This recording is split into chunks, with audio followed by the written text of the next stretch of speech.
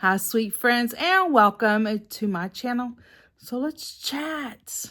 I've just gotten home from having a dinner with my friends, which we do once a month, and just have a nice visit. So I've just gotten home from there, and I thought I would pop in and talk. So I have a little printout here. 15 things that are cheap to make but rather expensive to buy. So I thought I would run through this list and just share with you the information that I found. So number one, and I don't know that they're in any particular order. Like, I don't know that they're listed from, anyway, I don't know. But the first one is candles. A flicker of unnecessary expense. So basically they're just saying it's cheaper to make your own candles. I've never made candles before. I don't know if by the time you buy all the stuff, is it still cheaper? If you know, let us know in the comments. Is it cheaper? I guess they're saying it's cheaper just to make them yourself, but if you've never done it before and you don't have any of the supplies, is it cheaper? I don't know. I don't know. My favorite candles are Bath & Body Works, Goose Creek candles, and I have bought candles at Aldi before. Aldi, the grocery store. Yes, Aldi's. They're pretty good, and they're the cheapest. So, I mean, if you can get Bath & Body Works candles on sale, they're not too bad, and you have like a coupon and stuff. I don't know. Honestly, they're just the best quality that I've found compared to I've bought candles at Walmart. They don't seem to have a good throw.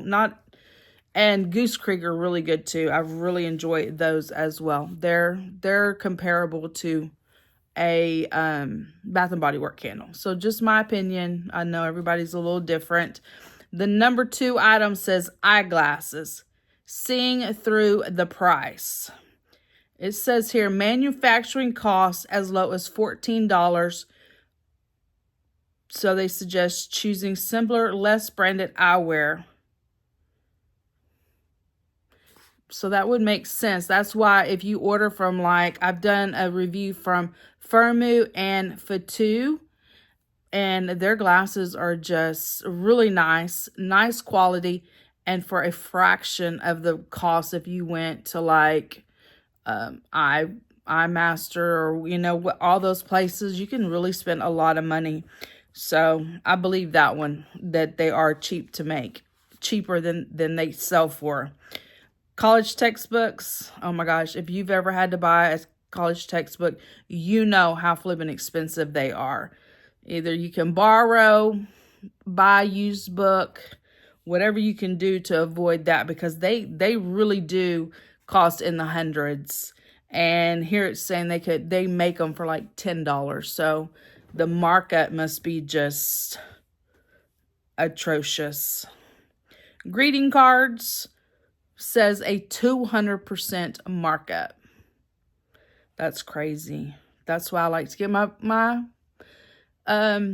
cards at the Dollar Tree for $1.25, or aren't they like, are they each $1? Are they $1.25 each? Or some of them are like 2 for a price. I can't remember. I haven't bought cards in a long time. I really basically will not buy a card because it just adds to the expense of the present.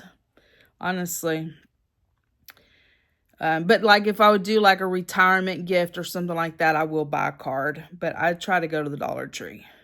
Printer cartridges. Inked inflation. The cost of printer ink remains painfully high, often exceeding the price of the printer itself. That's true. Sometimes it's cheaper just to buy a new printer than it is to replace the ink on it. Consider alternatives like refillable cartridges. Soda cans, carbonated costlessness. The markup is expensive considering it's not more than water and sugar. And if you've bought a fountain, if you've bought a 12-pack of Cokes or Dr. Pepper or anything like that lately, like they're up in the $9 range when you can buy like the store brand for like $5. So as kind of a brand snob, I love my Cokes, but I've been buying store brand. I could buy two 12 packs of store brand opposed to one 12 pack of name brand. Mattresses, overpriced, comfort. The production cost dramatically lower than retail. Consider less known brands or sales can lead to substantial savings. Now, the mattress that I have in my bedroom, we paid full price for it. But like for my granddaughter, we bought her a Sealy mattress in a box. I don't think I've ever slept. Maybe at my youngest daughter's house, I've slept on like a box mattress. I could be wrong, but you can't beat the price of those box mattresses as opposed to going like to Mattress Firm or something and buying one of those type of mattresses. Number 8, it says EpiPens, a necessary expense. EpiPens are a lifeline. However, their high retail costs compared to how cheap they are to make highlights a critical issue in pharmaceutical pricing. I don't know anybody that uses the EpiPen, but I do know that they are, like, you have to carry them with you. But it seems like, I guess they're just overpriced. And what prescriptions aren't overpriced? And it also depends on which pharmacy you go to, how much the prescription costs, which is crazy to me. Smartphones, tech at a premium.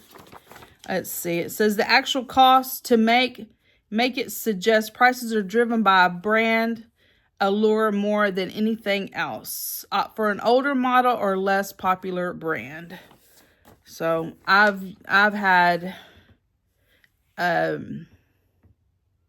an Apple iPhone for, I want to say like the 3, maybe when we started.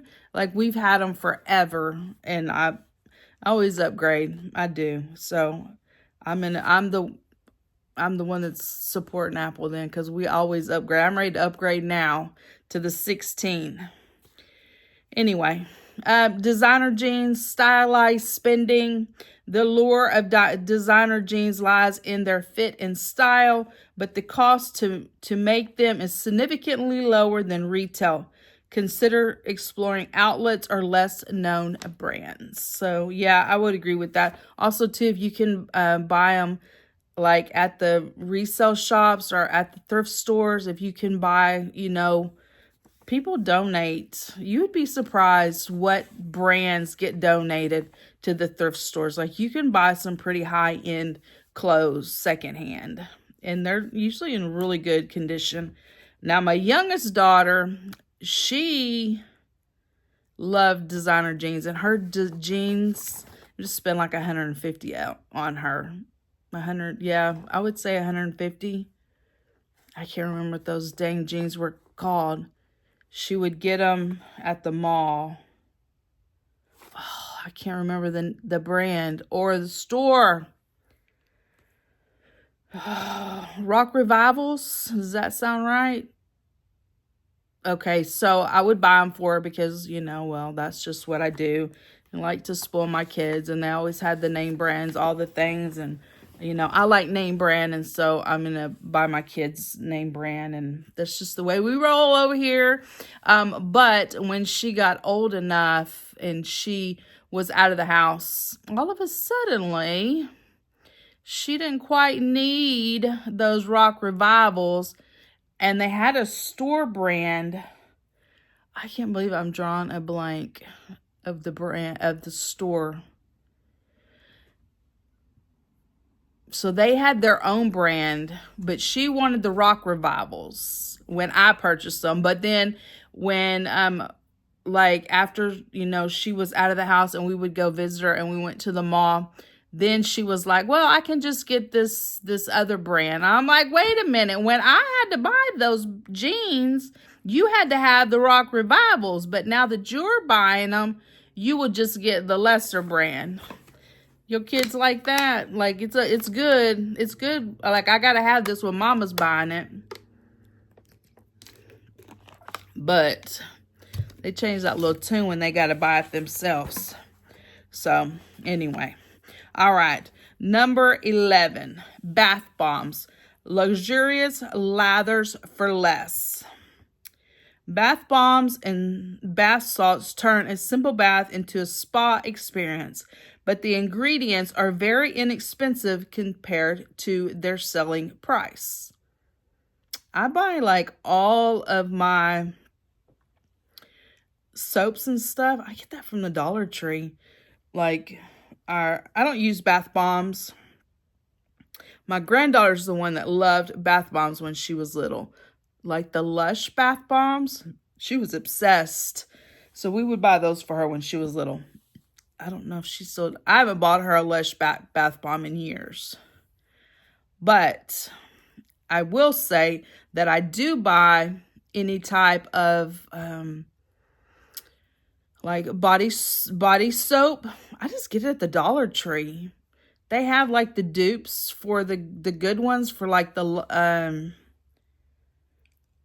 Native brand. They have the dupes there, and the lather's good. I love a soap with a good lather, and they seem to work just fine to me. I've been using them forever, and for $1.25, I'll take the dupe. Sneakers stepping over the line. The price tag on branded shoes are often inflated. That's not a problem for me. I don't wear tennis shoes too often, and probably the last tennis shoes that I've had for years, because I rarely wear tennis shoes. During the summertime, I wear sandals. During the wintertime, I'm usually in Hey Dudes, just depending on what I wear. But I don't get too hung up. I buy a lot of shoes, but they're like going to be like dress shoes for church. That's where I spend my money. I wear the pillow slide dupes that I get at Ollie's. They're like $3.99, and I wear them. Like I keep my shoes scrubbed and cleaned and packaged right. Y'all seen my closet's just full of the shoe boxes they come in, and I can wear my shoes for a really long time. But tennis shoes, that's not a big deal for me. But I know there's certain brands, like if you're a runner, you have to have like this certain stylish shoe, and it has to be this good kind because, your feet deserve to have a good shoe. Or if you're a hiker or you're a walker, there's certain tennis shoes. So, and then there's just like tennis shoes. People collect tennis shoes, but I haven't never done that. Jewelry. High carat cost. I don't have any really expensive jewelry, honestly. I do have some diamonds and some gold and stuff, but nothing too costly. It says the high cost often reflects the branding rather than the craftsmanship. Opt for a lesser known jeweler or a simpler piece at a fraction of the price. I also know, like, say you wanted like a 3-carat ring, but you could get like a 2-carat, a 2 point something carat that would be very close to a 3, but it doesn't trigger that 3-carat price. I seen a lady, was it Shea Whitney? She does a lot of high-end products, but this was years ago. And I want to say she wanted like a 5-carat diamond ring, but she opted for like a 4-point something ring. So it was like almost a 5-carat, but it wasn't quite a 5-carat, and the price difference was huge.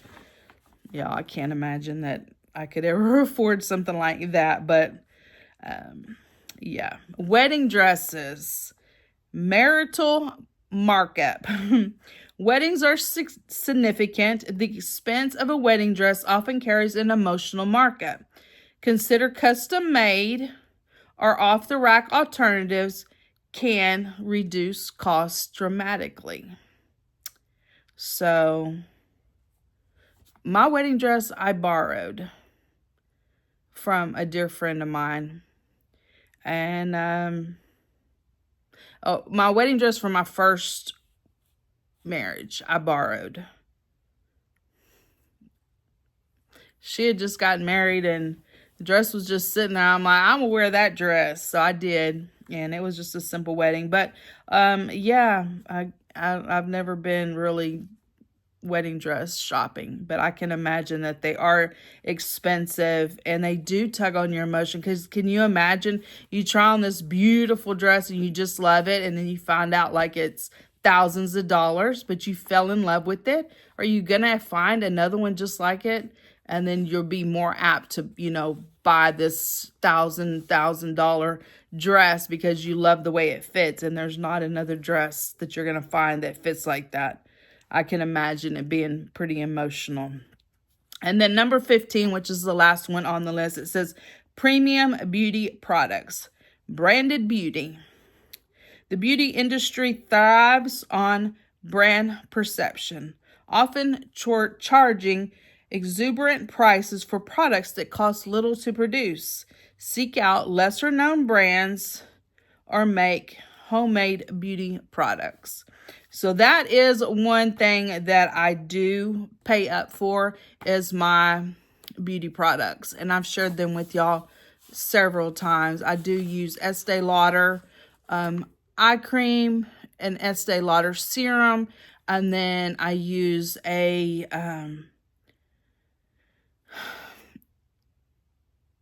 Confidence in a cream. It's IT, I'm not sure how you say it, product, and those are pretty pricey. But I do have aging skin, and I feel like I really need to take care of it. Prior to using that, I was literally just getting my moisturizer at the Dollar Tree. But my friend turned me on to those brands, and I said, you know what? I'm getting over 50 now, and I probably should invest in my skin. And so I made those changes. But other than that, I really never have spent a lot on facial stuff. I mean, I just do mascara and then my face cream. So that's the extent of my beauty products, honestly. So that is it. I just wanted to share those with y'all. I thought it was pretty interesting. 15 things that are cheap to make, but rather expensive to buy. So that is it. I hope you enjoyed chatting along, or listen to me chat, I guess. Yeah, that's it. If you have enjoyed this chat with Kat, give it a huge thumbs up. Leave me a comment down below. Become a part of my friends here on YouTube. If you haven't already, consider subscribing. And I will see each of you in my next video. Bye, guys.